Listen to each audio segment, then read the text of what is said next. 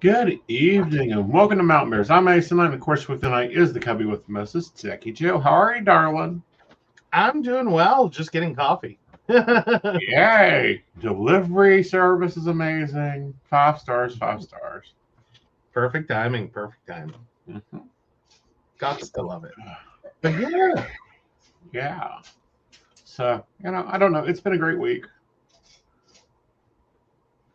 Yes. It's been a great week. Yeah. Invisible's mommy's been down. Do what now? Invisible's mommy's been down. Yes, Invisible's mommy. Yes. Hey, Brenda. Hello, Miss Brenda. We went to Bob Evans, and I was a little, what's the word I'm looking for? Hesitant. Enamored one that they have mimosas now. Yeah. I think I now know what you're doing every Sunday. Well, actually, there's a bar I want to go to that has unlimited Sunday morning mimosas and a show. So I want to go do that first. Oh, well, there is that. Oh, Brenda's listening, cooking, caramelizing onions, and roasting garlic. Fair enough. Ooh, what are you going to make out of that? Like, what's the next stage of this recipe? Poor bears, we got to cook, we got to eat. But no, Invisible Mommy's been down. It's been great hanging with her. She's one of the better mother-in-laws. She is. I've had horrible mother-in-laws. Oh. I've had a few that, it was like a debate on who was going to die first. Oh, well. Just say. Well, okay, but like with your one ex yeah. Yeah. That literally was a case of she should die first. Like the woman was almost 90. And terrible. Well, Well, cantankerous after 85. Well, I get that, but Mama's Boy, really should run out around age, 70. No, it does not. No, I guess cute theory, but it does not. Yeah, and you thought I was morbid when you told me that yours had crossed, and I'm like, check mark. Do what now? Remember when you told me that your parents had crossed? I'm like, check mark. Yeah, I know. That was the wild moment. Yeah. Like, hey, I wanted someone with dead parents. I didn't want another mother-in-law. It's like, I think that's the silent part you're not supposed to say out loud. Yeah, I don't have medicine for that yet. I mean, maybe start with an, oh, that's unfortunate. Check mark. Yeah. Pause like it's, your neighbor dies in New York. So then you check to see how much their apartment's going to list for.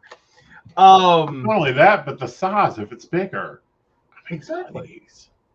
Wait a respectable 24 hours and then put in a bid on the apartment. Not 24, 12. It's New York. You move faster. Stop that. She has gotten to where she, nips me. I am like, you are not the dog. Stop nipping. You've learned too much from the dog. Yes. Oh, my goodness. All right. So in the Oh, news, hey, Devin. Devin hopes hello, our Devin. star was good. It was a lovely holiday. And Brenda points out, they can still visit you if they want, unless you have David standing guard. Well, David stands guard, but I also have plenty of bottles around here in case someone gets a little too huffy. And let's talk about that, because I don't know if we've told the story about why we had to renegotiate the relationship. Oh, yeah. Yeah.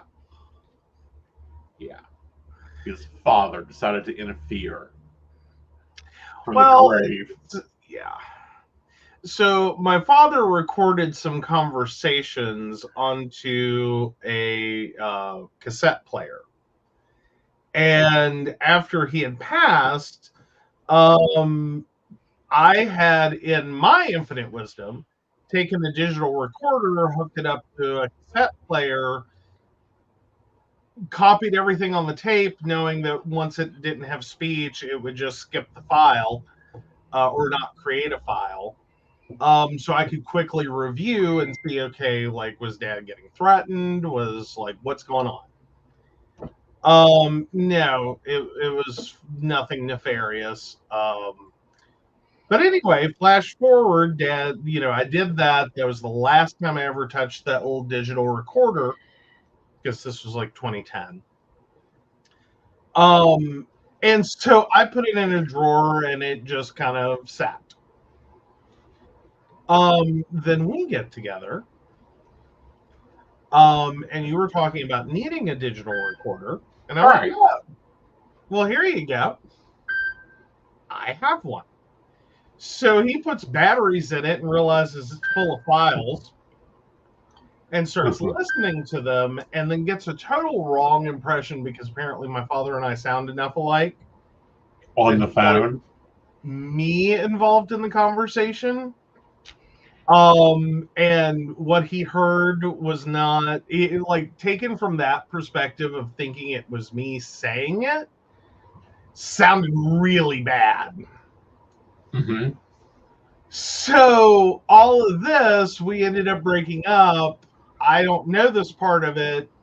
Flash forward, we get to talking again a few months later, and he starts asking me about the recordings. And I'm like, what recordings?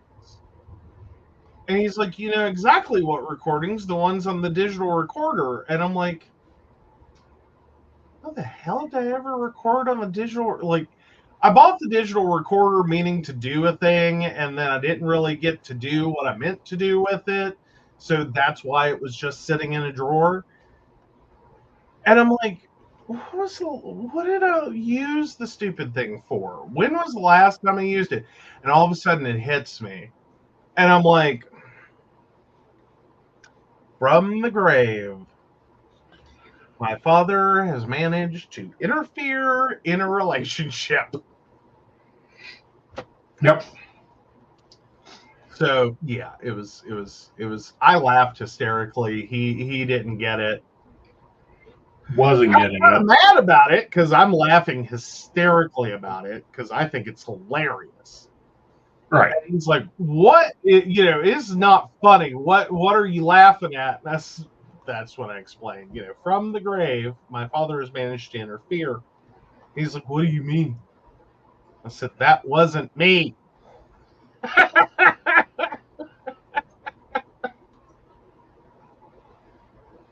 Like, the last time I used it was to mass copy a bunch of cassette tapes so I could just speed through, figure out if there was anything of value on the cassette tapes. And then I promptly put it in a drawer and let its batteries go dead. Mm-hmm.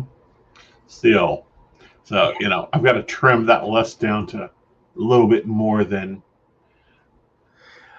I'm not going into that.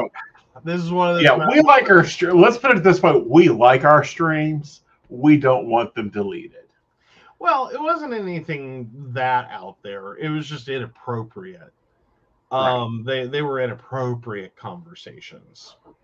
We'll call it that. Nothing anyone needed to have ever heard. ever for any reason. And that's what I quickly got, thankfully, from the digital recordings is nope, not anything that we need to worry about.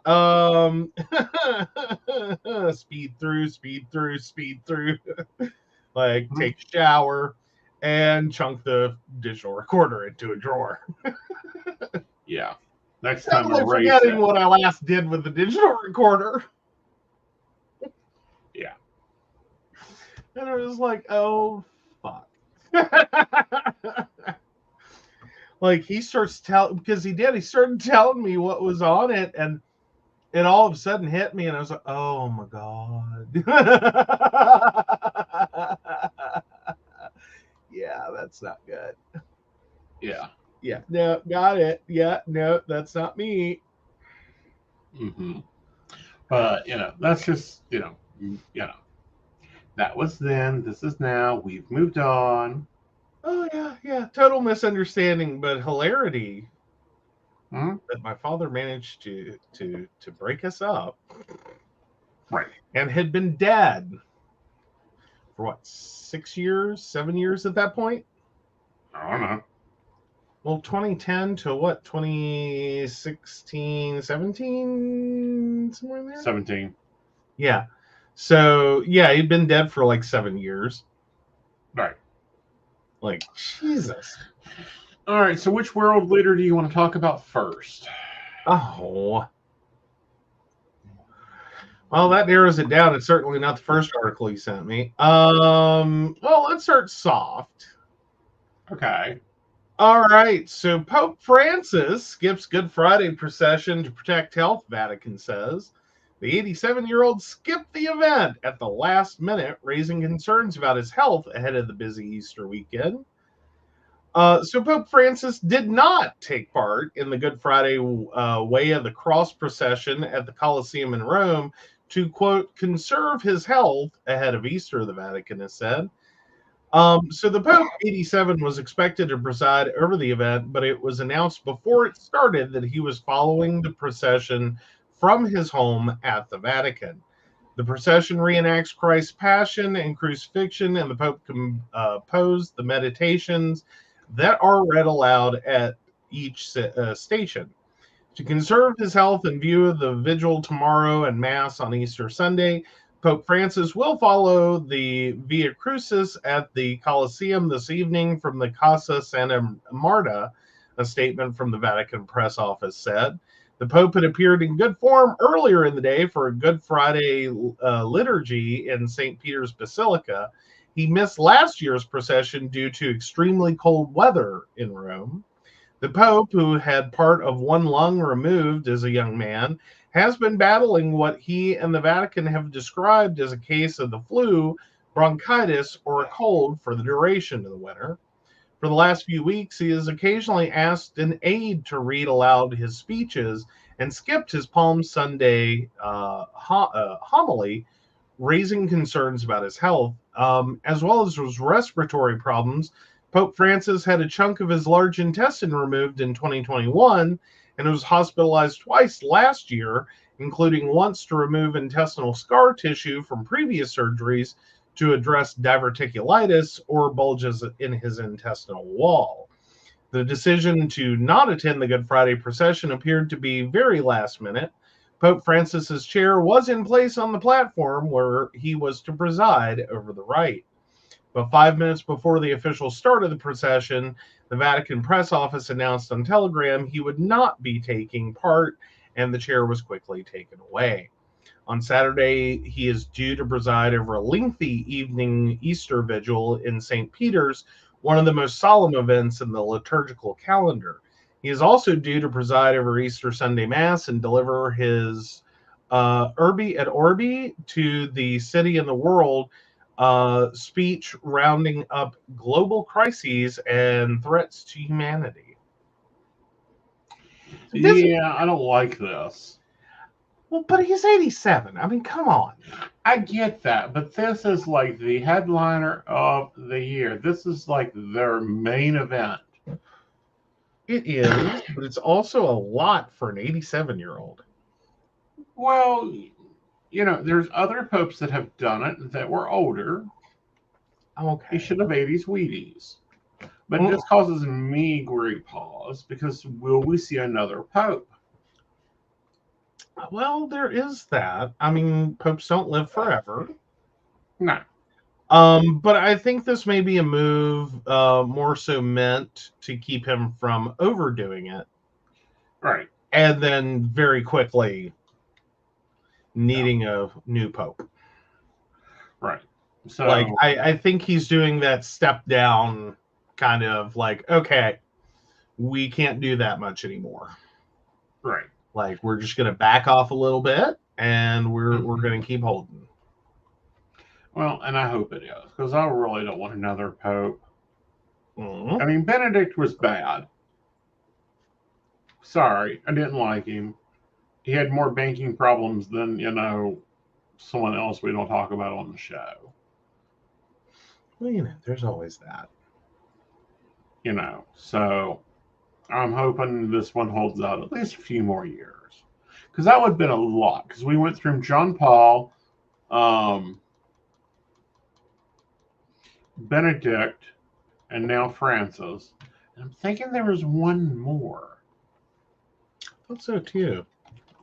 I've gotten into this before. I think there is. Oh, popes in order. I like that as a search term. So yeah, from Pope Francis we go backwards to Pope Benedict, John Paul. Oh, well, no, that's the only 3 in our lifetime. Before that was John Paul I. Yeah. What? Yeah, John Paul II. John Paul was succeeded by John Paul. Right. And then Pope Paul VI was 63 to 78. So it's back a ways. Right. Like, yeah, the last few popes haven't lasted long. Well, and John Paul I was only for less than a year. Right. Then Like, John Paul II.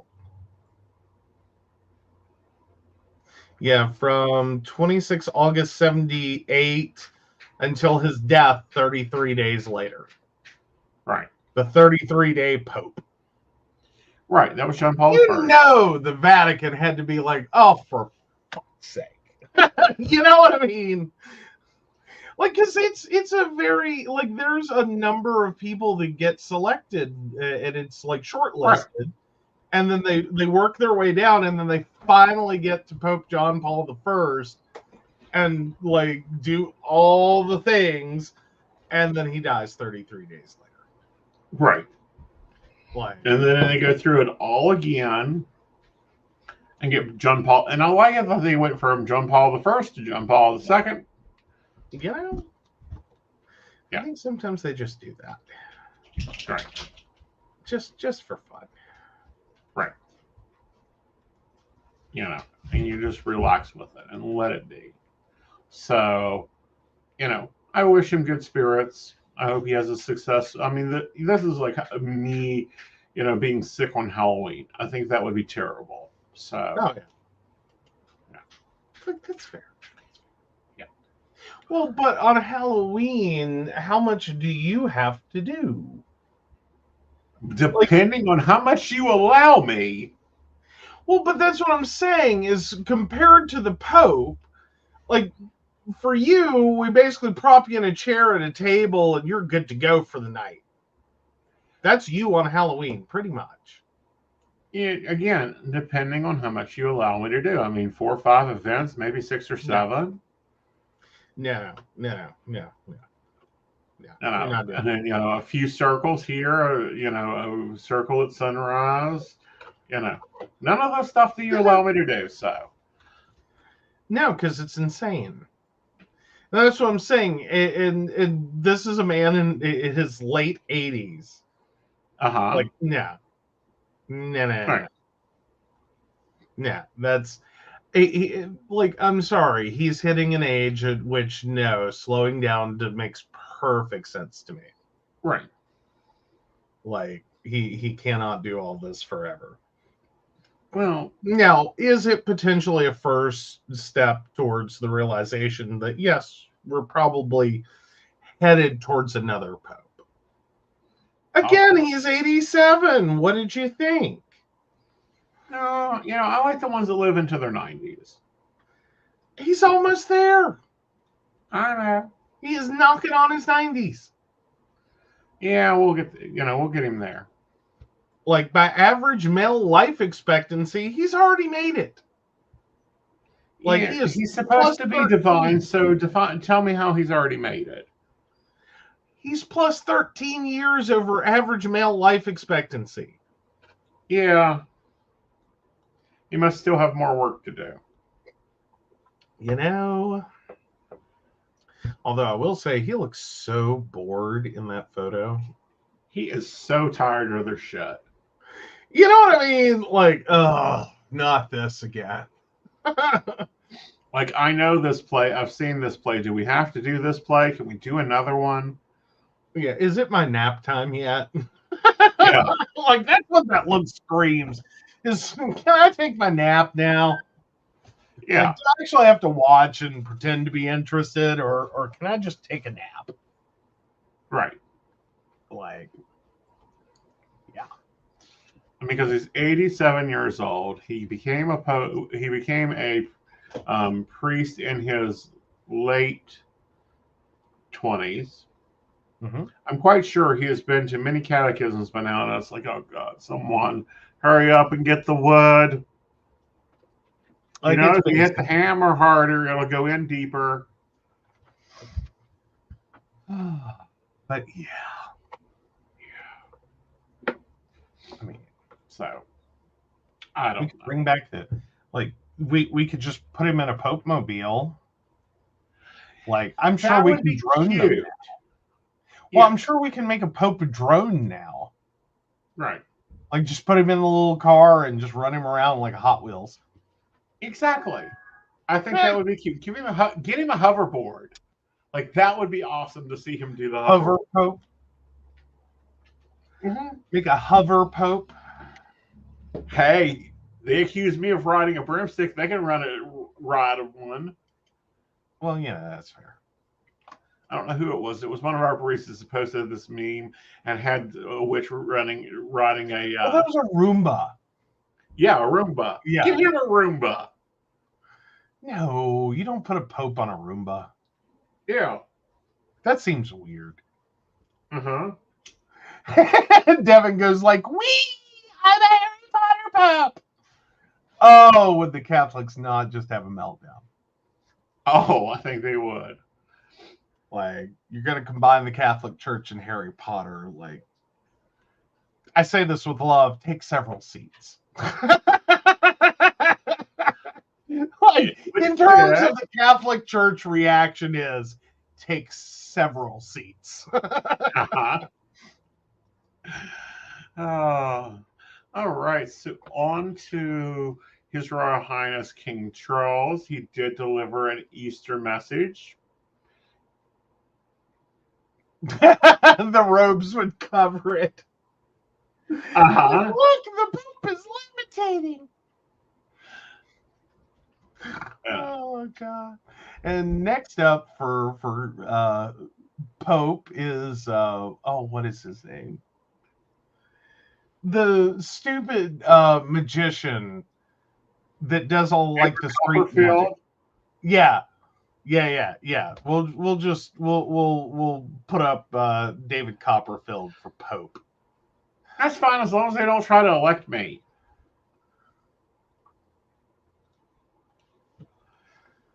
Fair enough. That seems fair. I've got enough duties. This is fair. Yep. All right, so King Charles delivers Easter message in first public address since Kate Middleton's news. Yes. Since Princess Catherine's news. And it was interesting. It was pre-recorded, of course, voice only, of course. Told the nation in a pre-recorded message on Monday. Anyway. On Monday? Yeah, Mothy Thursday ahead of Easter Sunday that we need and benefit greatly from those extended a hand of friendship to us, especially in a time of need. Holy Thursday. Oh. Maundy Thursday is Holy Thursday, among other names. It's the day during Holy Week that commemorates the washing of the feet, Maundy, and Last Supper of Jesus Christ with the apostles as described in the canonical Gospels. Okay. Like, really, really time you had to drop that on us? Like, come on, man. Yeah. Thanks, time. Not. Like, we learned a word. We remembered a word we didn't like to begin with. I'm just calling it excessive. Yes. It was pretentious, time. It was pretentious. It was. Monday, Thursday. Like, call it Holy Thursday. If you're going to bring, if you're going to go there, Holy Thursday. Right. Anyhow. So it was a very nice message. She even chose a passage out of the Bible that was very fitting. Talked about the welfare system and maybe some changes he'd like to see, but of course he can't really make any changes because he's just the figurehead. Well, you can ask for changes, and it's kind of hard to argue with. Right. And reminded him, and and added that Thursday's act of worship reminded him of his pledge to the state at the start of his coronational service, to follow Christ's example and not to serve, and not to be served, but to serve, and that he had always tried to do and continue to do with his whole heart. It was a nice message, and it's good that they're hearing from him. Especially like after they've had to deal with Kate Middleton and the freaking social media there and all that bull crap.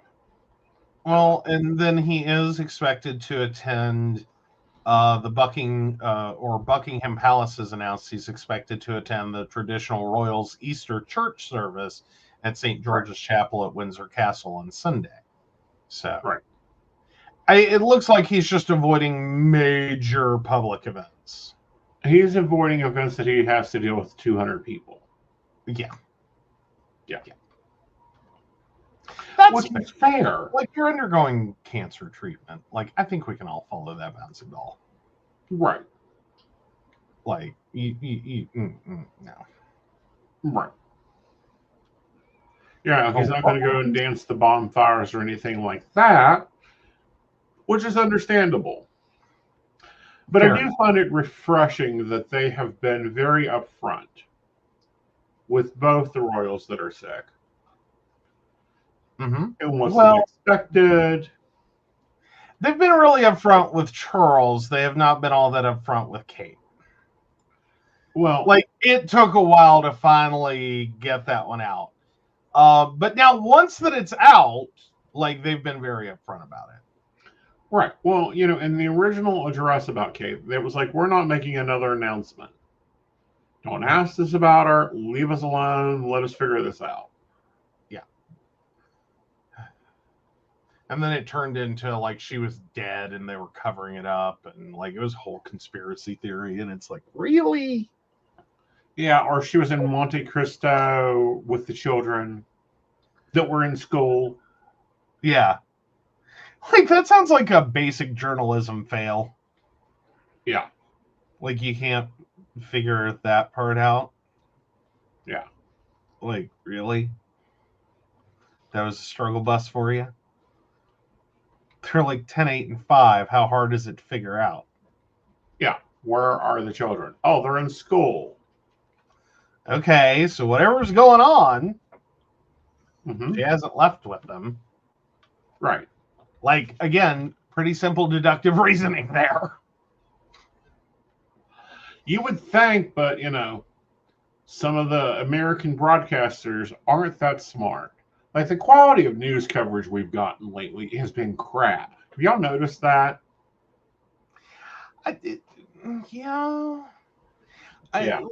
I mean, I'm getting weirded out now that it's getting into like broadcast journalism. Mm-hmm. Like the newspapers, I kind of understood because so many of our local papers are failing. Right. I mean, it just like call it what it is. They're failing. Well, They've been bought our by local massive media newspapers, I'm sorry, companies. I've seen better journalism out of a high school newspaper. Right. Well, but with like your traditional local paper, they've been bought by so many large, massive companies that are basically investment groups that have Mm-hmm. in turn slashed and hacked their news staff Right. to where it's basically legal notices and sales ads that are local, Right. and some obituaries, and then if it's within the massive investment group company, it's all the same articles. All right. It's So, just what do you think is the headline, the big headline for the Fayette Tribune's digital edition? Today probably still Today. on the whole bridge disaster. Nope. No. Living Station of the Cross presentation set.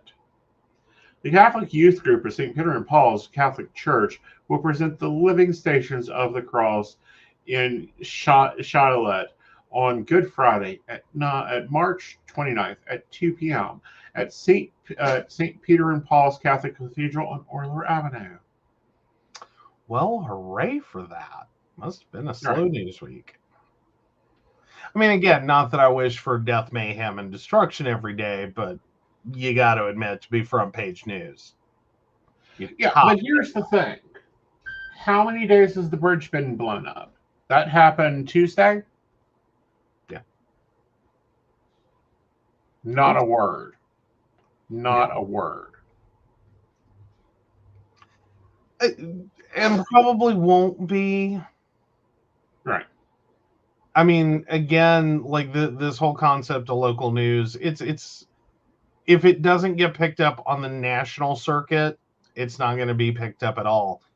And I think therein lies a lot of the issue is what we're now seeing in broadcast journalism is kind of the second wave Uh-huh. of what has happened to print journalism. Right. Is in terms of our local television stations, we're Right. like, has anyone else noticed that? Like, Right. I've been, I think it's great to give other people opportunities and different voices, etc. I'm there for it. I'm there for it. But like the caliber Right. of broadcast journalism now, like your local Right. television station, Right. it is off a cliff. Right. Like, what? Yeah. Like, I've caught a couple of newscasts, and I'm like, I don't even think this one's out of high school. Yeah. You know what I mean? Like, I've literally had that moment. Like, I'm pretty sure he has to like finish his homework before he goes to air. Right. Like, I've had that whole moment while watching a local news broadcast, and been like, this is bad. Yeah. Like, But no, that's the local Fayette Tribune. Okay, then we go to the Raleigh. mhm.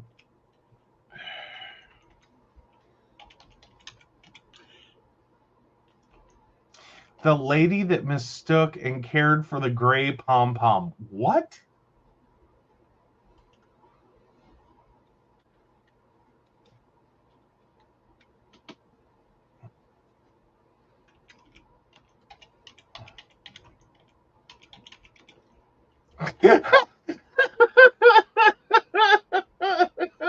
Oh, this is so bad. Woman rescues baby hedgehog, realizes it's a hat pom-pom. There was a reason it hadn't touched the cat food in its cat box.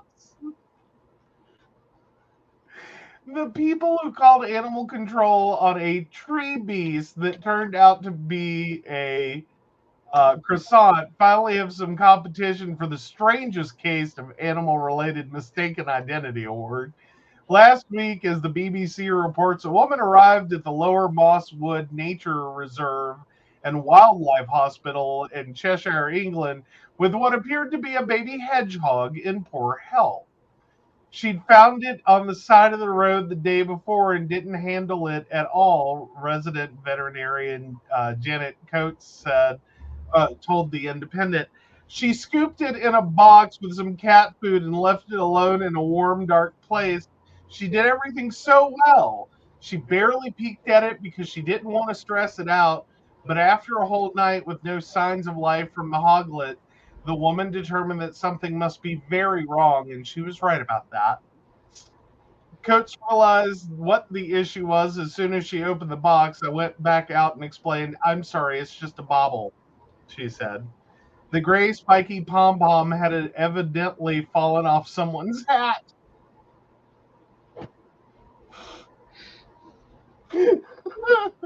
Okay, but there's a worse story.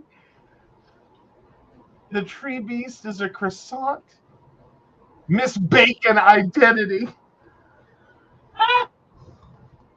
Mysterious beast reported in Poland turns out to be a croissant in a tree. In mid-April, a rogue pastry terrorized citizens of a neighborhood in Krakow, Poland. The incident started when a menacing brown object appeared in a tree near the home of an anonymous citizen. It remained for 2 days. The concerned woman called the Krakow Animal Welfare Society to report the unidentifiable animal on Tuesday, April 13th, saying that residents were afraid to open their windows. The team on the other end of the call struggled to identify the so-called tree beast. When they asked if it might have been a sick bird of prey, the woman responded by saying it looked more like an iguana. Suspicion among the society, a tropical reptile would survive long in Krakow's chilly spring weather, but they decided to follow up on the call anyway. Domesticated animals sometimes end up on the street after being abandoned by their owners, and the alleged iguana may have been an exotic pet. When animal welfare officers arrived at the scene, the source of panic became clear.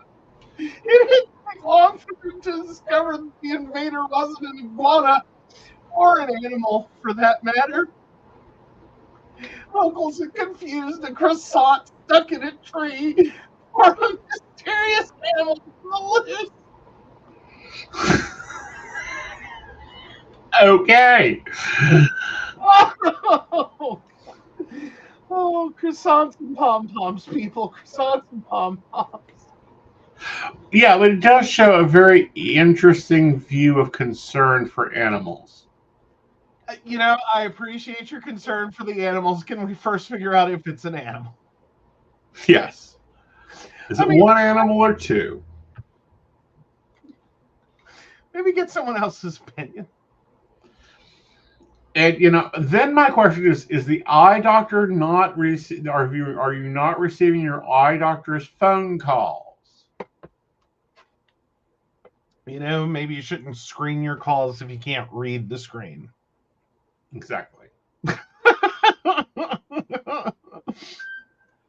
Oh, yeah, she made my night. This was great. I think I really don't know which one's worse. I don't. The pom-pom hedgehog or the tree beast croissant. Tree beast croissant. Okay, so it was more menacing. It was very menacing in a tree. Mm-hmm. People couldn't open their windows. That's fair. I don't know how many times a croissant has made me afraid to open my windows. I can't even count. There's been a few times you've been afraid to open the oven door, but that's different. That's different. No. Well, y'all guys remember me talking about my uncle that used to run the crane, the largest crane on the East Coast? Well, apparently they heard our show and took an idea. Take it away, Bob. Oh, so the largest crane on the U.S. eastern seaboard has been drafted in to help clear the wreckage of Baltimore's collapsed highway bridge. The crane sits on a barge and can lift up to 1,000 tons, Maryland Governor Wes Moore said on Friday. It is one of at least two large cranes that will help clear the metal and concrete remains of the Francis Scott Key Bridge and the cargo ship Dolly that hit it earlier this week. Mr. Moore said the best minds in the world were working on the issue, but added, we have a very long road ahead of us. This is about the nation's economy. The port handles more cars and more farm equipment than any other port in America. The cargo ship, almost as long as the Eiffel Tower, is tall and carrying nearly 4,700 shipping containers, appears to have lost power before it struck a support pillar early on Tuesday. After it hit the pillar, it sent out a mayday call and dropped its anchors, buying time for authorities to clear the bridge of vehicles. They did not have time, however, to warn a crew of pothole-fixing construction workers who fell about 56 meters into 8 degrees Celsius water. On Wednesday, divers pulled the bodies of 2 crew members from inside a vehicle in the river, but authorities said they must clear some of the wreckage before being able to reach the bodies of 4 others. The victims were from Mexico, Guatemala, Honduras, and El Salvador. The ship, owned by Grace Ocean Private Limited and chartered by Danish shipping firm Maersk, was traveling from Baltimore to Sri Lanka. All but one of its 21 crew were from India, and apart from one person with minor injuries, they were unhurt. Meanwhile, authorities are also concerned about possible environmental fallout, testing water samples for contamination and monitoring the river for oil and other hazardous spills. Some 56 of the ship's containers had hazardous materials, but environmental experts are also worried about the ship's fuel container that it could rupture. Underwater barriers were built following reports from emergency workers of a sheen in the water near the site, although the Unified Command, which includes state agencies and the Coast Guard, said there was no immediate threat to the environment. The river is vital for marine life and migratory birds moving north at this time of year, especially as it flows into Chesapeake Bay.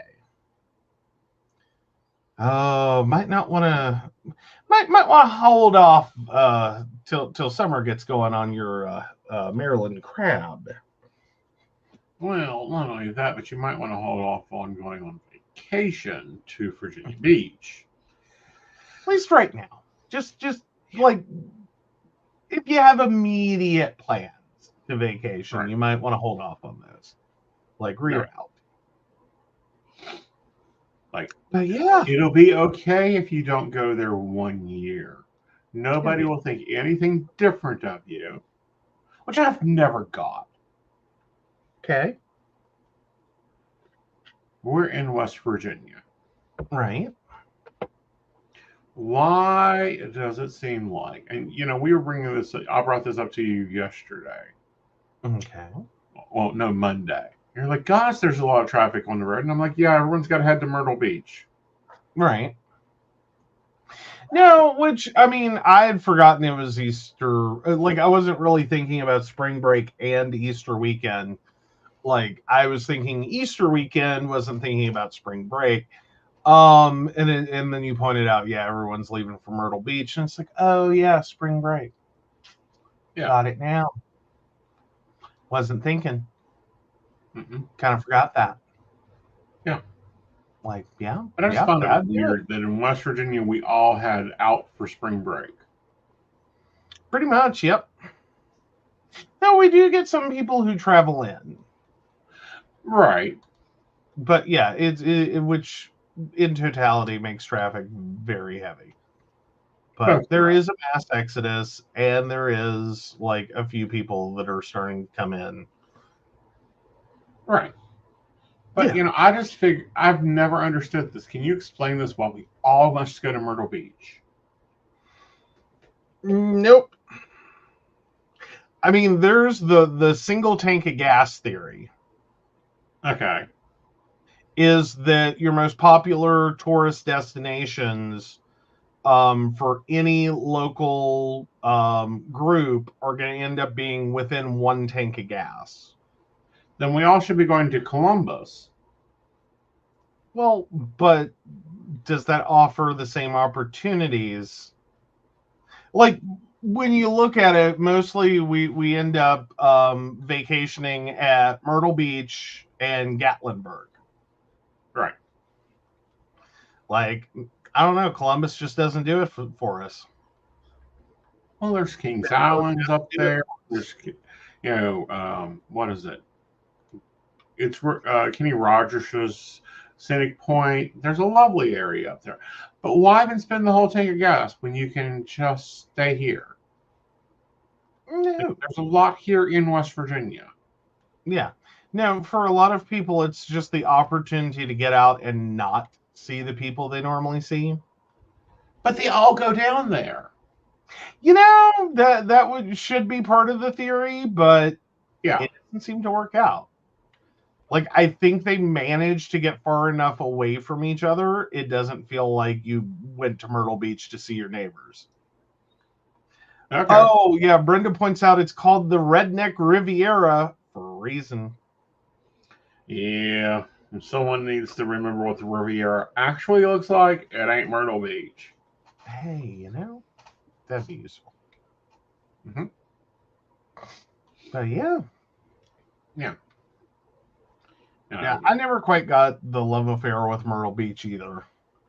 Like, I've been, it's okay. I've lived there. It isn't. Fair enough. Like, doesn't really do a lot for me. It's overpriced and underfunded. Mm-mm. And that's North Carolina. Then you go into the South Carolina side and you got to debate your sanity. Well, North Carolina side, that's the Outer Banks. Still Myrtle Beach North. Well, basically. Yeah. Yeah, basically. My advice, if you are down there and you did turn her into our show, because you can't miss our show, you need to go and order a California King pizza. Their dessert pizza is delicious. Their garbage pizza is amazing. It's the best pizza I've ever had. Oh. Next to the shrimp pizza in Cincinnati. Yeah, Brenda points out, brother always did Carolina Beach instead, quieter and less tourist, but lovely. That's what I was going to point out is, like, the Outer Banks can be nice. Mm-hmm. It really does take a local to point you in the nice direction. Mm-hmm. Because it's not the touristy places. No. Or not your typical touristy places. Like, right. There's a lovely little island in the Outer Banks that it has no it has electricity, but you can't actually stay on it. Like, there's right. no accommodations. But there's a lovely museum. It's a very calm little island. There's like 4 ferries a day. Mm-hmm. Like, it's gorgeous. It was a wonderful experience, but without a local to have taken me there, mm-hmm. I would have never gone. But no, it was absolutely wonderful. I've always wanted to go back and do that one again. That's Bear Claw Island, I believe. We can go. It's tiny. It's a little tiny island. It's I forget what it's got a whole like military history, mm-hmm. like it's a strategic island, but it's it's got a kind of a bunch of memorial stuff on it. Mm-hmm. But it's a very quiet, like chilled out, very calm place to go. Yeah, it's got a lovely little beach. Cool. Like, it's very, like, it is not the kind of like overrun, you're at Myrtle Beach, 200 people per square foot, like even better, trying to do everything all at the same time right on top of each other. Like, it's not that. You're right. Like, Well, good. yeah. I'm interested. I like quiet beaches. I can't remember now. Like, I gotta go look real quick because it's gonna bug me.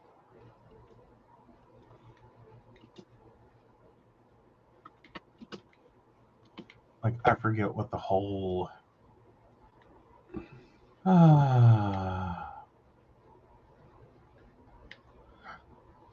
Excuse me, Bear Island. Yeah. Steve even named it after me. Oh, is open for day use and camping and is accessible only by canoe, kayak, or private boat only. Okay. Yeah. I call canoe.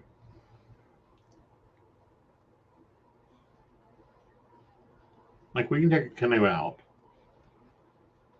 No, I'm not taking someone who can't swim. That's what they make a lot of flotation devices for. Let's take you out on the ferry first, see how it goes. Okay, if we must. But yeah. Anyway, it's a lovely little island. It really is. It's really nice. Yeah. But anywho, but compared to like the Myrtle Beach experience, yeah, that's just too. I had more fun at Myrtle Beach just sitting in the hotel pool. Just trying to get on the beach was a nightmare. Exactly. Too many people. Mm-hmm. You got to get up at 6. And if I drift any in the water, I could end up miles away. Because I can't see. Right. I saw that $60 Bible. What worries me is exactly how edited it is. And we got into this debate earlier with a friend of mine, talking about the 26 other copies of the Bible. Yeah, I don't think it's going to be. I don't even think they put in the effort to make an edited Bible. I think they just literally wrapped a cover and slapped his name on it. Threw it in his hands. Well, he's trying to make up money quickly, and the easiest way to do it is to separate fools from their cash. Yeah, hawk some shit. Yeah.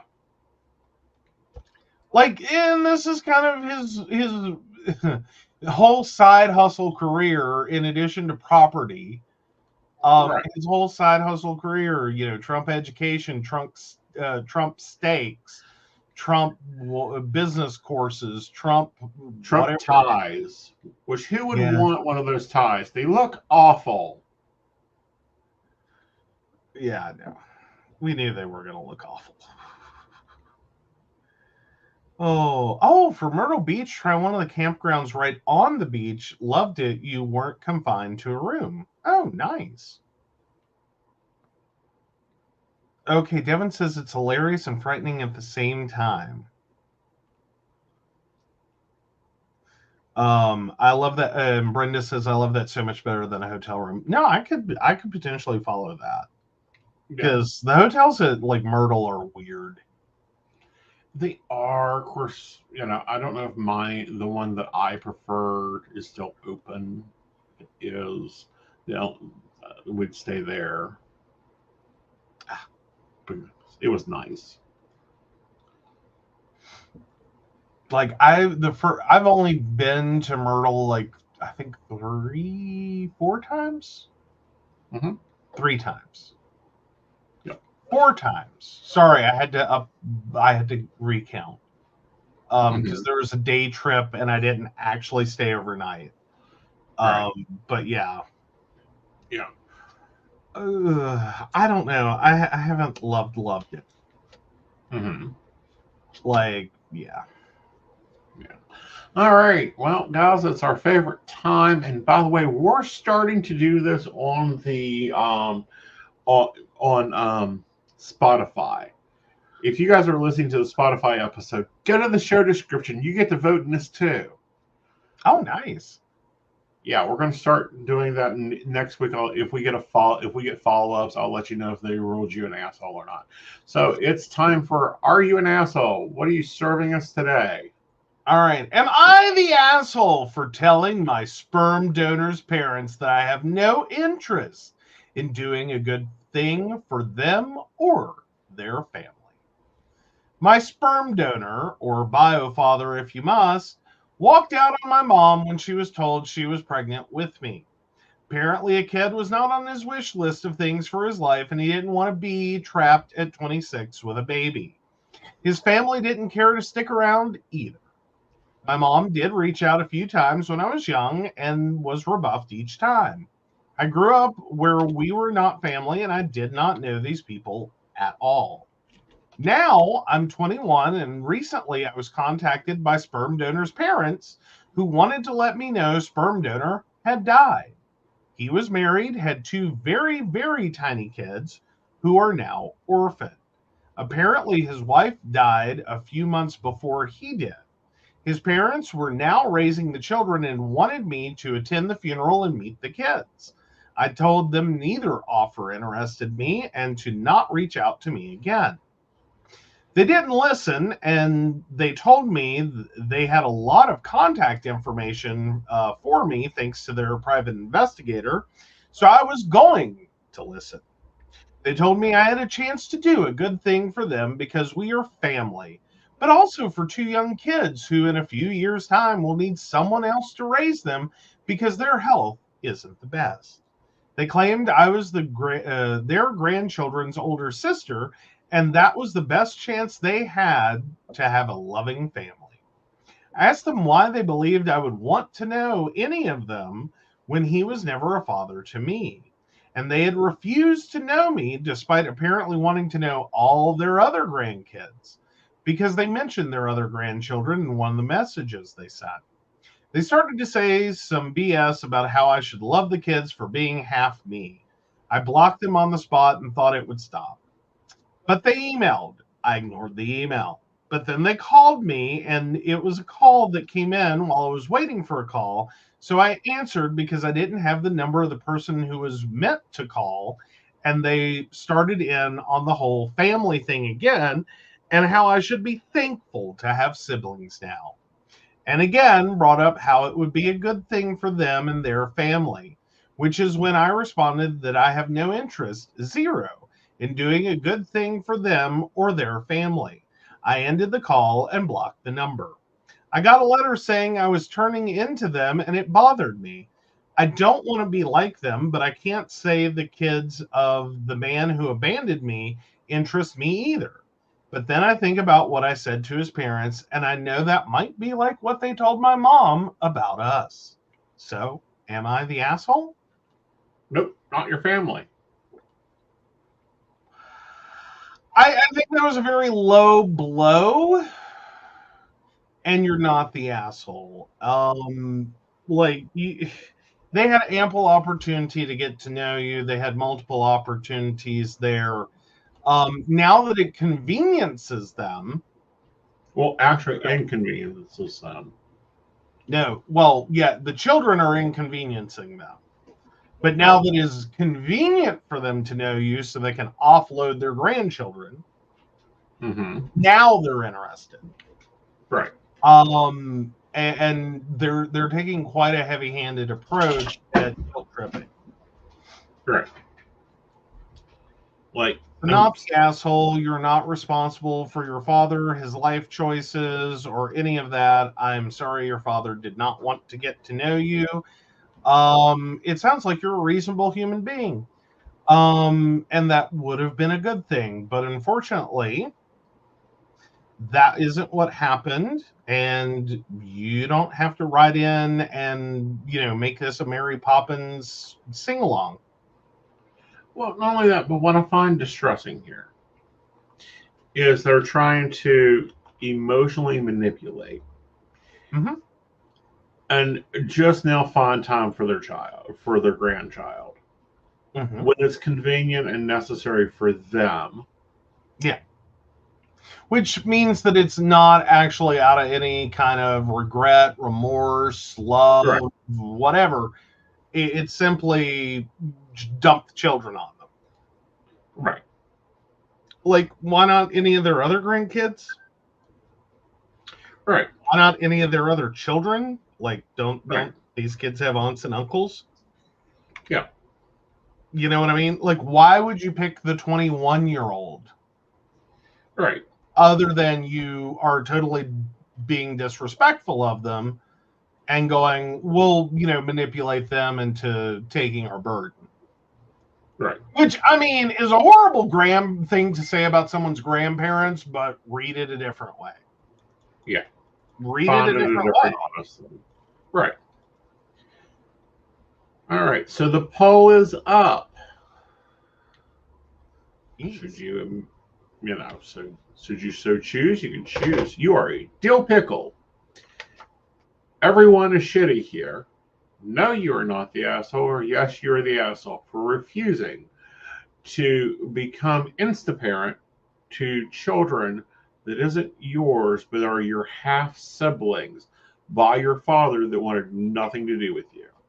Yeah. All right. That's kind of a big ask, even if you were a close-knit family. Mm-hmm. Like, especially for children that are not consequentially yours. Right. Like, your father did things that caused him to be a parent at 26. Right. Whether he wanted to be or not, he became one. He walked away from that and abandoned that. And then at every turn, his family and him were like, nope, still not interested. So to then turn around and throw that at someone, that's kind of galling. Right. Yeah. So, all right. All right. So with that, let's move on over to poly-advice. All right. So polyamory says, Meta is disrespectful to me, but she's so good to my husband. Honestly, this past week has been super irritating, and I sort of just want to rant about it. My husband has been seeing this partner for almost 6 months. They're very communicative. They get along well. They have a similar sense of humor, and it seems like they make each other really happy. I love seeing him so content in another relationship. I genuinely want him to be happy, and I really support their relationship. The issue happens anytime I come into the mix. Before they started dating, she and I were cordial. We had gotten coffee a few times, and we chit-chatted and had a fun little girls' day. She wasn't anyone I ever really saw myself being best friends with, but we got along pretty well. As soon as she started dating my husband, I noticed she started talking a lot less when I was around. She would clam up mid-conversation, and if I tried to engage with her, I got pretty short answers, and eventually the conversation would fizzle out. I stupidly let that go and didn't push the issue because I wanted to be accommodating and let her adjust to the new dynamic in her own time. After a month, or about a month after she started dating my husband, she also started dating my boyfriend. That's when she stopped talking to me completely. I would get grunts in response to questions, and she won't even make eye contact with me. I brought it up to my husband and boyfriend. They both said she spoke really highly of me. She was just kind of shy and anxious, and a whole mess of other excuses why she couldn't bother to acknowledge me when we were in a room together. I eventually let it go again because, hey, I only see her a couple of times a week, and it's not for very long. Whatever, I'll cope. I made sure to always make sure she felt included in things if she was over at mine and my husband's house, and I would be sure to give her plenty of space and time with both of my partners when we were in larger group settings. I gave up my time and space with both partners multiple times because I really wanted to make her feel welcome and I didn't want to exacerbate any negative feelings. Last week, she and my boyfriend broke up. It was pretty amicable and it seemed like it ended clean, but now she's been fairly hostile to me, and I feel like I finally have to put my foot down on the whole situation. I came home Wednesday morning from my boyfriend's house, and she had stayed over with my husband. Normally, I don't get home until she has already left, but this week I came home a bit earlier than normal. She was visibly angry, and I heard her ask my husband why I was back so early. She then stormed out without a word and slammed the door behind her. I don't feel comfortable having her continue to be outright disrespectful to me in my own home, but I also don't really feel great about telling my husband she can't be around me anymore. I'm frankly kind of burnt out on the whole situation, but all of the options feel kind of shitty to me. It's not an option for my husband to go over to her house because she still lives at home, so the amount of time they could realistically spend together would become pretty limited. I don't want to feel like I'm the cause of them not getting to see each other, but seriously, this has got to stop. My husband is going to talk to her on Monday to try and figure all of this out, but part of me, the very selfish part, is really just hoping she says she doesn't want to see me and she wants to transition to a more parallel situation. I have a feeling she's going to say she wants to do better and demonstrate basic courtesy to me, but it's just going to revert back to the same old shit. I don't know, honestly. The whole thing's been very weird, and I feel really dumb for not addressing things months ago and just giving her the benefit of the doubt. See, they needed to stop a long time ago and say enough. You know, I feel like the husband and the boyfriend were just trying to get them to not start a fight. right. And in turn, it's starting a fight. Well, not only that, but I think that there's a blown up cowboy situation going on here. Possibly. I can follow that.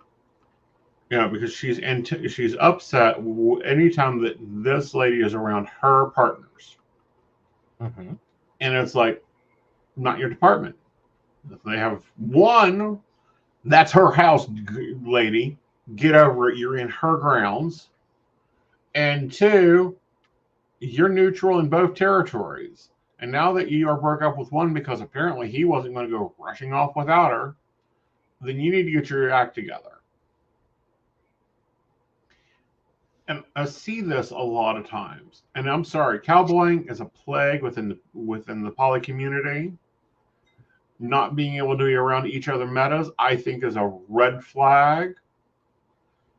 You know, if you can't do that, there's an issue. And it's not with the partner, it's with the metas. And that's where you have to go, fix this yourselves. I'm going for coffee. When I come back, or with this situation, me and the boyfriend are going for coffee. When I come back, you two ladies better have something figured out. I mean, I don't know that they're quite at that point anymore.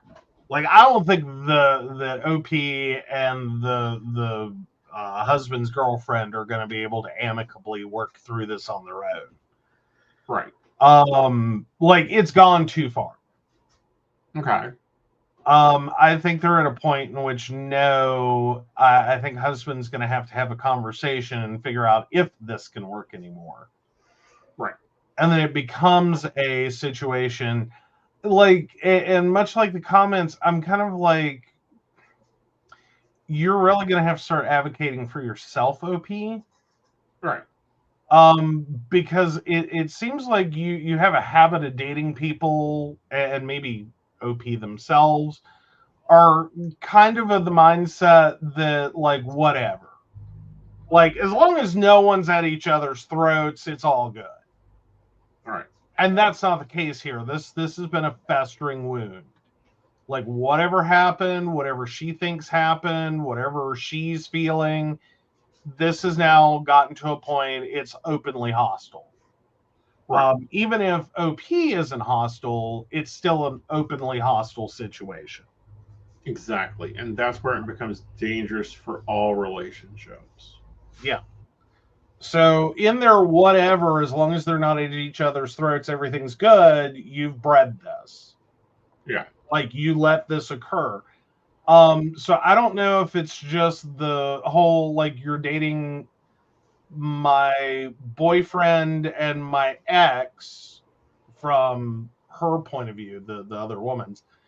And just like you're getting hostile about that, and because you just, broke up with your other boyfriend. Mm-hmm.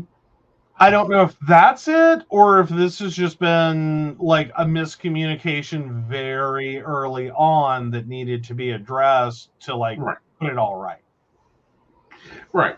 someone said something to someone that was taken out of context. Well, and that's a possibility too, but at the same time, it's like someone needs to get a jerking going on. Yeah, Brenda, I like that's kind of where I'm with him on the cowboying is because Brenda says sounds like she was friendly to OP just to get accepted into the relationships, plus of stealing the men because she was jealous. So Right. yeah, and then that's why I'm saying like I can follow that. I just don't know that it's that deep. I mean, don't it's think very it is. possible it's that deep. Like, I I'm don't not think it arguing has to be that that so deep, but I think it's very deceptive. yeah. Well, I'm just wondering if there wasn't something that was taken wrong. Like Right. OP said something and it was totally benign and had no meaning behind it. Right. But then this other woman has taken this totally wrong. Right. And it's created this festering wound that no one addressed. And because, she didn't bring it up, OP didn't bring it up, the husband didn't bring it up, the boyfriend didn't bring it up. It just sat there, and it's been one little stupid thing Mm-hmm. that has slowly become this rage point. Because Right. that's basically what you're hitting is a rage point. Right. And that's when it's like, not good. Not good for any relationship. Definitely not good for a multi-layered poly relationship that just got more complicated. Mm-hmm. I mean, I don't know. And it may not have been something OP said. It could be nothing OP said. It could have been something the boyfriend said. Something, Yeah. Or that the boyfriend and the husband have both said, and again, on an otherwise clear blue sky day, would have Right. been a benign, innocuous statement, but just Right. crawled under her skin. And it is just, and now that she's been broken up with by one of them, Mm-hmm. it has taken center stage and become a real, like, Right. I mean, because it could be something as like, well, she's just so relaxed and calm, and she's just very whatever, Right. making it sound, talking about OP, and then made her feel like I'm just a harping nag or something, like, Right. and it's like, no, just like it's a benign statement, like y'all are different people. Right. But again, you say that in the wrong tone or hear it from two people, and Mm-hmm. you can have a what am I, chopped liver? Like, Well, what the hell? right. Or, have a situation where something is an internal joke Mm-hmm. within the group, and then the Yeah, new member of the group doesn't know the joke. right. And feels left out and hurt, Right. and it grows attention. And I get that. And I think we all get that. And it wouldn't necessarily be a cowboy moment, Right. but it would definitely be a moment where it's like it started out so stupid and silly and simple. And if you Right. just talked about it, Right. like if you just sat down when this started and figured out what the hell. Right. But it sounds like no one, like at least between the husband, the boyfriend, and OP, none of y'all are really confrontational. You don't take on situations that are occurring. You just kind of let them go. Right. And see, Like, that's an issue, especially in poly. You got to at least be able to talk about problems. Maybe not going full on, I ain't cooking war, if the kitchen ain't clean, but, well, you know, talk about the problems. Otherwise, you're screwed. yeah, like I like you just have to be able to stop and address the issue. Like, what is going on? Why are you Right. having an issue? Right. Honestly, tell me why you're having an issue. We discuss it out. We work around it. We figure something out. Mm-hmm. And then we can all kind of float back to this like ye fun thing instead Right. of having to like devolve into what's starting to sound a little single white female. A very single white female. Like this, and that's, I guess, my bigger concern here is this is a level of like out of control anger that's about to blow up. And that's why I keep would be thinking, worried like, about this that doesn't also. sound like cowboying. It does to me because she's dating both partners. Mhm. Like, how smart is the community that you're dating both of my partners? I mean, I could see it happening. Like, I don't even think it has to be a small community thing. I think some people just have a type. And if you're a person that has a type and you marry one, and then you immediately turn around and go poly and you meet another, it's not surprising. Right. If someone else has a type, that they're going to be interested in the same two men you are. Or women, like however that would want to work out. Right. I think that's very real. Like, okay. I mean, it's sort of like you sit there and say, oh, you say you don't have a type about me. Like, oh, you say you don't have a type. Let's review the evidence. Yeah. So, okay, so my exes look a lot alike. All of them do. All of us do. We could be confused for brothers. Fair enough. Fair enough. Yeah, Brenda's with you. She's like, I'm with Aeson. No, she wasn't doing it innocent. Yeah. I mean, I think there's a potential innocence there that has now grown into, like, this is going to end badly. Yeah. And explosively.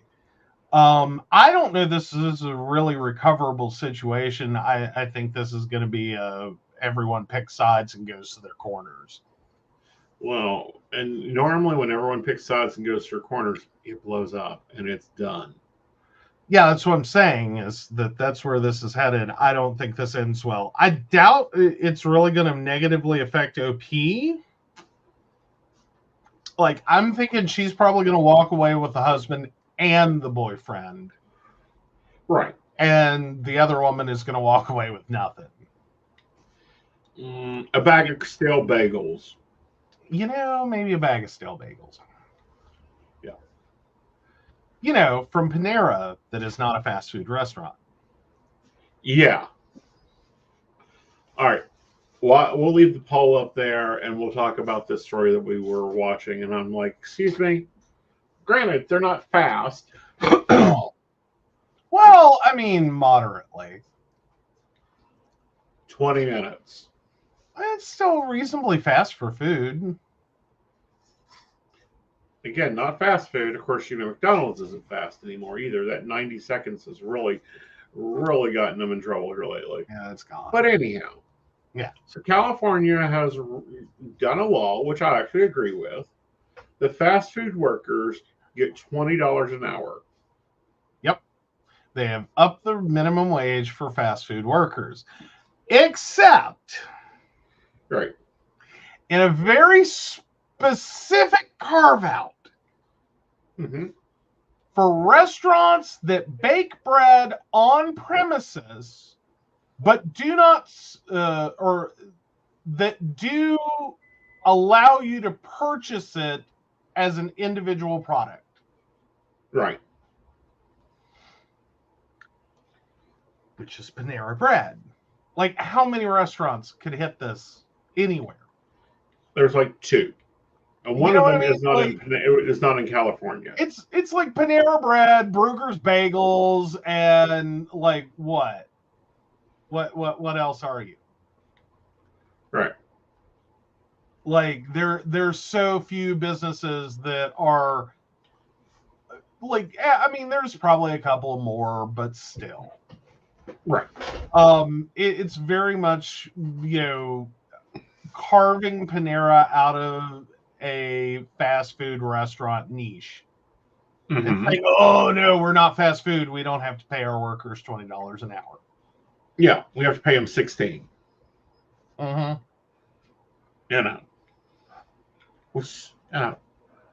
them that. Like, go ahead and go, you know what, that was cute, but we're going to go ahead and pay you anyhow. Because we value you. Because guess what? Panera Bread, you ain't going to keep staff. They're going to come to you as soon as they, a position comes up at Burger King, they're going to take it. Like they're going to be gone quickly. Yeah. And that's just a reality of it. Is it's the same job? Yeah. Is it really different? I mean, sincerely, I mean that. And if someone's worked at both fast food and Panera Bread and they want to talk about it, I'm great with that. Is it really different? Leave it in the comments. Yeah. Like you can do it in the comments. You can do it on Spotify. You guys can go over there and hit the what you think about this episode and tell us. If you have worked at fast food and you have worked at a Panera Bread, is there a difference in the job? Mainly in how you're treated. That's the key emphasis. Well, I mean, here's my whole thing. Like, walk me through it, how it's really different. Like, I understand it takes longer to make food in Panera. I get that part. It takes longer to get your food, all that. But at the end of the day, tell me how it's different. Because it's not sit-down dining. No. Which will be covered under the $20 an hour. Which, you know, I mean, but you're not a server. You're not, like, it doesn't necessarily divide. Like, and that's where I've always drawn the line between, like, sit-down dining and fast food. It's fast food when the person who takes my money, makes my food, and hands it to me can be the same person. Right. Whereas there is, in a sit-down dining restaurant, almost 0% chance of that happening. And if it doesn't have wheels, it's not a food truck. Right. You know what I mean? Like, these are pretty much your conditions there. Right. Not that I'm throwing off on food trucks. I've had amazing food on food trucks. I think every restaurant should start in a food truck. That'll fix your problems. Like, that turns it fast food real quick. You can make anything quickly if you make it first in a food truck. Well, you know, I don't know. I've been playing with this business idea, and I really think it would be cool for someone to try it. They're basically claiming they're a bakery. Yeah. And it's like, no. Yeah. Like, yes, they bake bread. In the same way that, like, Chef Boyardee is a chef. Right. You know what I mean? Like, Panera Bread sends out a prepackaged product that gets baked on site. It's not much different than what Subway does with their rolls. The only difference is you can't walk into a Subway and say, "Hi, I would just like to buy the bread." As far as we know, like, I don't know, maybe Subway gets included in this, or we'll suddenly see Subway. Nope. No. They're not included in this carve-out. Well, I'm just wondering how many restaurants will start fucking baking bread and selling it separately just to claim it. Let me give a suggestion. Low-carb, barley-free bread. You want to corner the market on this stuff. Whether you're a fast food or a bakery or whatever, just some low-carb, like, barley-free bread, please. Yes. But yeah, they're trying to call themselves a bakery. And it's like, that's not really a bakery. Right. Like, if I'm dealing with a bakery, I specifically expect, when we're talking about a bakery, that I can get donuts. Start from scratch ingredients and make everything on site. Not just you turned on an oven and stuck a pre-made thing in said oven. Right. Like, how is that different from Pizza Hut or Subway or you name it? All these restaurants are baking a bread product. Are you ready for an enchanting journey of self-discovery and empowerment? Dive into the mystical world of Wicca with our courses guided by Lord Aeson Knight, Unveil Wicca's secrets, explore fundamental principles, and delve into essential topics like deity relationships and the purpose of rituals. Aeson Knight, a third-degree high priest, shares his wisdom through life coaching lessons, guiding you towards a brighter future. Step into the inner circle of enlightenment. Enroll today to embark on a journey toward a more empowered you. Click the link to take your first step into the magical circle. Ready to join the Psychic Coffee Shop Network? By becoming our patron, you'll unlock exclusive content from Aeson Knight, host of the Psychic Coffee Shop podcast and co-host of the Mountain Bears podcast, alongside the tech-savvy Techie Joe. Choose from subscription options ranging from Tall $1, Grande $5, to Venti $10 per month, supporting us in covering production costs and beyond. Depending on your subscription level, enjoy discounts on private readings, free access to classes and special events, behind-the-scenes extras, and the chance to participate in station meetings. Plus, you'll get early access to new content and the opportunity to shape future topics. We'll acknowledge your support in the credits of our videos. Don't wait. Brew some magic and join us today as a valued member. Link in the show description. All right, we're back. What got me even more worrisome about the article that we were listening to about on this is they're using the same sourdough starter that is now 13 years old. Yeah. Well, their original sourdough starter. Like, all the bread's the same. That's why we know it's a prepackaged product. Right. Like, it's heat and serve. Yeah. You know, it's... Well, and then the argument I made is it's like calling McDonald's a coffee shop because of McCafe drinks. Right. It's like, bitch, you are not a fucking barista. No.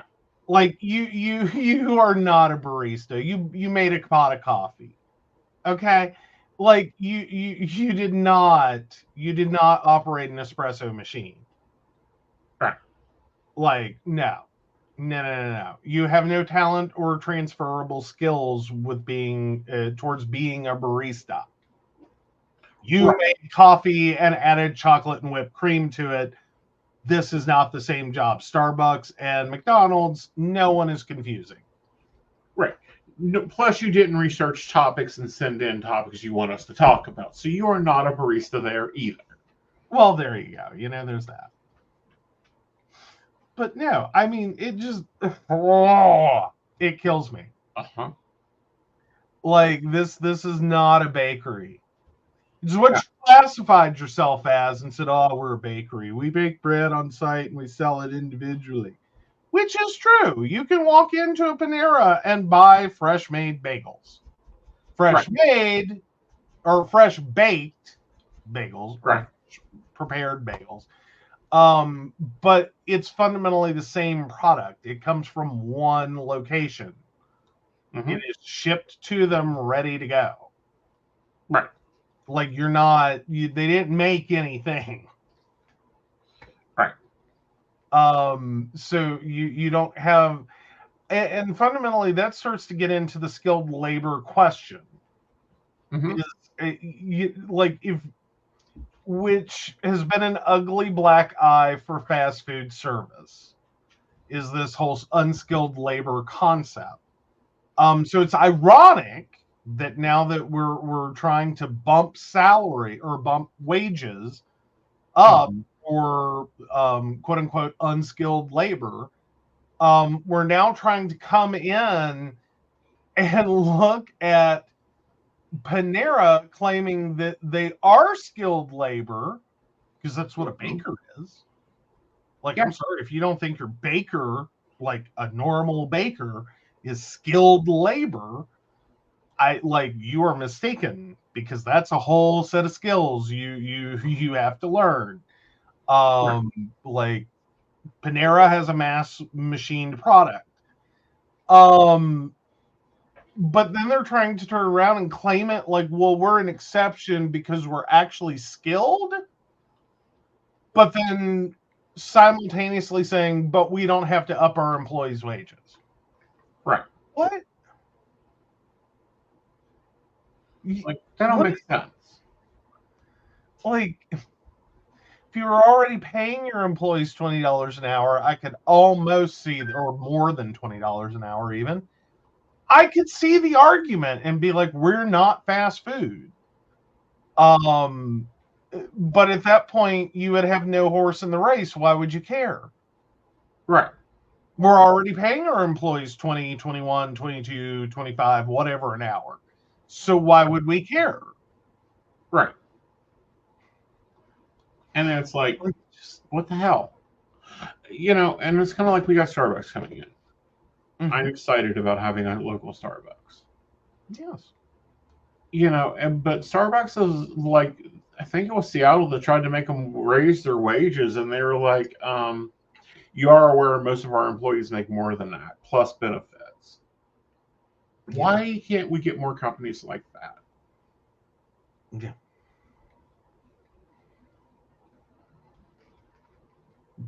You know, I mean, you'd think it wouldn't be that hard. You know what I mean? Like, we have companies setting record profits. Uh-huh. Why is it so hard to pay your employees a decent wage? Why does this why does this traumatize you? You know what I mean? It's not even like we're looking at companies that are struggling to stay alive. Right. And just like, oh my God, we're teetering on the brink. And then saying you need to raise your wages. You know what I mean? Like that, I can understand a company being like, oh, there's many problems as I already have. I cannot raise wages right now. We're broke. Right. But, you know, paying dividends and doing stock buybacks and having the best years on record and major profit inflows, upping their prices all across the menu, and then turn to their employees like, nope. Well, see, and then what I also don't get is why we have companies that are shooting for 35 employees, 40 employees for one place. Why? You don't need that many. You can't minimum do hours. Full-time employment. Yeah. No, minimum hours. They don't want full-time employees. They become insurance liable for them. Mm-hmm. Like they have to give them all the benefits of full-time employment at the point in which they work full-time hours. They don't want full-time employees. Walmart specifically pioneered the employment through the social safety net. Right. And literally working their employees at an hour range that kept them eligible, like waged and hour eligible for the entire cornucopia of social welfare. Like here's your child care credit, here's your you name it, whatever social program your state offers. They will even bring in and help you file the paperwork. Right. While working you a minimum number of hours and a minimum wage. To make your employment codependent on state resources. Right, which is ridiculous. Yeah, it's like that's not employment. No. You know what I mean? Like that's a part-time job. That's a gig for a high school teenager. Right. When you're not supposed to have full-time employment and you have reasonable adults taking care of you. Or supposed to be taking care of you. Right. But this is what we're doing. Employment-wise. Is we're finding every way possible to not pay people as employees. We do it with Uber and Lyft. We do it with DoorDash. We do it with Grubhub. We do it with, Fiverr. We do it all across the board. And then we kind of all look around like, I don't understand why this is not working. Right. Well, okay, that's because you're getting exploited. Right. Like you're not working as a W-2 wage earner. And if you are working as a W-2 wage earner, you're being treated financially like a child Right. and held there. Like, I understand if you're 15, you should not be working 40 hours a week. That's stupid. Well, in the state of West Virginia, you can now. Well, you can now, which, again, more stupidity. But if you're 15 years old, you are in class for, what is that, 8 hours a day already, Right. and you're going to work for another 8? Mm-hmm. Like, make that make sense to me. Like, it's for a 15-year-old. Uh-huh. I mean, no. When are you doing, extracurricular activities? When are you getting enough sleep? Nope. Because we know that teenagers need more than 8 hours. When are you hanging out with friends? When are you developing, What friends? hobbies and talents and abilities? When are you studying? When are you reading? How are you getting this all done? Because the idea that you're doing 8 hours in a classroom followed by 8 hours of work, there's only 8 more hours in the day. Mm-hmm. How many of those are you supposed to eat up doing homework? Like, just forget. You are an antisocial troll of a teenager who works really well. Right. Like pretend these things that would be mutually exclusive can coexist. So you're an antisocial troll. Mm-hmm. Yet you do really well in a unskilled labor job. So you work 8 hours a week plus your 8 hours of school. Mm-hmm. You do And 16s on Saturday. You do a 16 on Sunday. So there's your 32. Right. Which, again, should be illegal. I mean, it's bad enough when adults do this. Mm-hmm. What teenager? What teenager? Well, they've made that 16 hours. Right. Well, they've made that legal in the state of West Virginia. At age 14, you can work 32 hours now. Mm-hmm. Which is the new full-time requirement. Right. Which was, again, trying to address the Walmart work them 38. Right. Because we used to consider 40 full-time employment. So Right. Walmart would sit there and ride you just under full-time and just keep you at this perfect level. So now we've had to drop it to 32 hours a week, trying to get people over the hump so they can get benefits and all the normal employee things, just to have the companies drop it even lower. So now they ride you under the 32 so that you don't get it, which is worse. Right. Painfully worse. That was supposed to fix it so that, hire the employees you need, hire full-time employees. This is part of your social contract. Like, why the fuck do you think we gave you sweetheart deals to move into our neighborhood? Because Walmart is like, they will whore themselves out to a town or city government or county commission for all kinds of infrastructure improvements, reduced water rates, cut taxes, cut B&O, to get in the door and expects this. They show up expecting, what are you offering? Like, what's your inducement? And it's why a lot of cities have gotten to the point, fuck Walmart.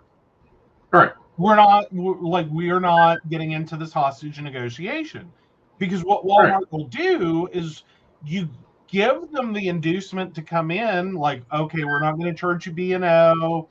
We're going to give you cheap water. We'll make infrastructure improvements. We'll do all these things for you because we think we're getting full-time jobs for our economy. Right. You don't. And this is what many cities have figured out. And then what happens is, so you set this up for a period of time, for a year, 2 years, 3 years. Walmart comes in, they pour their concrete, they put up their giant, massive building. And the minute you try to turn off the inducement and go, okay, you got your relocation package, and it's time for that to end. We need to make our money. You've made your money, like you got a good start, you recouped your costs and did all the things. Now it's time for us to collect the taxes and collect the B&O and collect the do the thing. Walmart goes, oh yeah, about that. We're moving down the road. Yeah. To the next city that'll offer us a different sweetheart deal. All right. They go to that city, they pour another slab of concrete, put up another metal building. Meanwhile, the previous city gets left with a slab of concrete and a giant metal building and a humongous parking lot that nobody wants. That no one wants. They can't sell it. And it just sits there and rots. All right. Because there's only a finite number of businesses as big as Walmart that can take over that kind of retail space. Right. Like, there's not a ton of them. There's no clamor for this property. Right. And they keep doing it. They'll just keep moving. And meanwhile, they isolate. Mm-hmm. Meanwhile, they've ripped the Main Street businesses out. Your mechanic's gone, your bakery's gone, your grocery store's gone, or it's teetering on the edge. Right. Ready to go over at any moment. Your optician's gone from town. You just list them out. Like clothing business gone, office supply gone, like salon gone. That's what typically happens when Walmart moves in, especially small town and rural areas, is they undercut every business in the area to the point they can't exist. Right. Then when they leave, that's it. Right. So long, folks. Thanks for your money. We're 10 miles this way. Mm-hmm. And next year we'll be 10 more miles that way. Right. And that's the whole, there's no investment in these communities. Right. And they also do things like getting towns to annex areas.